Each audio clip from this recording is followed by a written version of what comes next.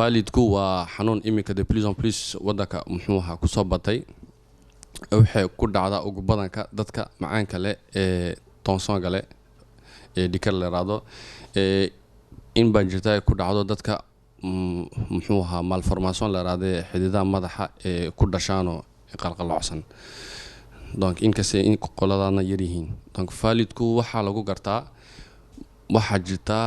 calaamado lagu garto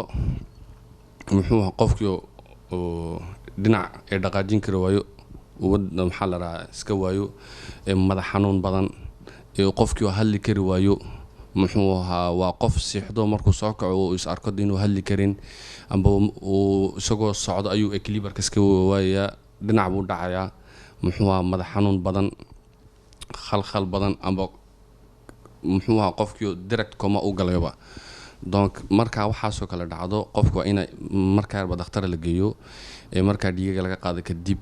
scanner la mariyo dans l'immédiat scanner kana waa la marin karaa saacad 2 saacad 3 saacad kadib waa waxay ku xiran tahay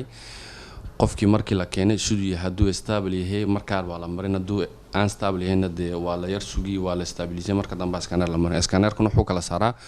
faalidku laba u kala baxaan waa qaybta dhiiga madaxa qofku qarxdo iyo in kale oo dhagax meel xidho waxay ka dhigan tahay dhiigoosan oo marayo kuwaana marka la kala gartana de waxa loo kala saaraa qofku inuu koma galo ee u baahan yahay reanimation inuu galo amba uu qofku stable yahay ee service-ka loo diri karo service-kana xaggan waxa joogta doctorad xidid ku saabsan Dr. Jimbir Lerado qaybta xumada hoose marka iyada loo diro treatment-gu dawooyinka waxay ku xiran tahay dawooyin la siinayo ee dawooyin la socdo kuwa la siinayo de waa kuwa tensionka macaanka xumada iyo garaac wixii oo dhan stabilisino inta kale waxay ku xiran tahay dugitaanka la sheego kinesiotherapy-ga la sheego toddobaad bay noqon kartaa ilaa bilo badan way noqon kartaa malaadaduna suivi bay leeyihiin in badan way soo noqon karaan marka dadkan markuu dhacday faalidku waa dad jilicsan kama dhigno marba waxayeen mar labaad uma le way dhici kartaa inay 2 3 4 goor ku dhacdo donc waxa ugu muhiimsan waa in macaanka muxuu ahaa xanuunkan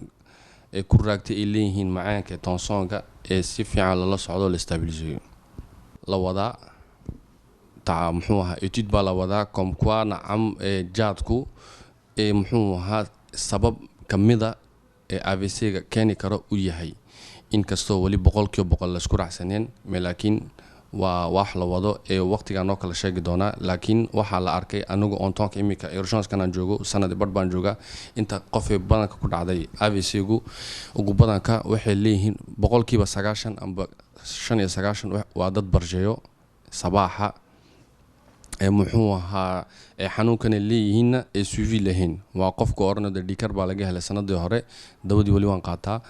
dawadiina waa 3 bilood waa dhici kartaa in laga bedelo amba in lagu beeriyo amba in laga naqoso donc pour cela suivi waa wax fiican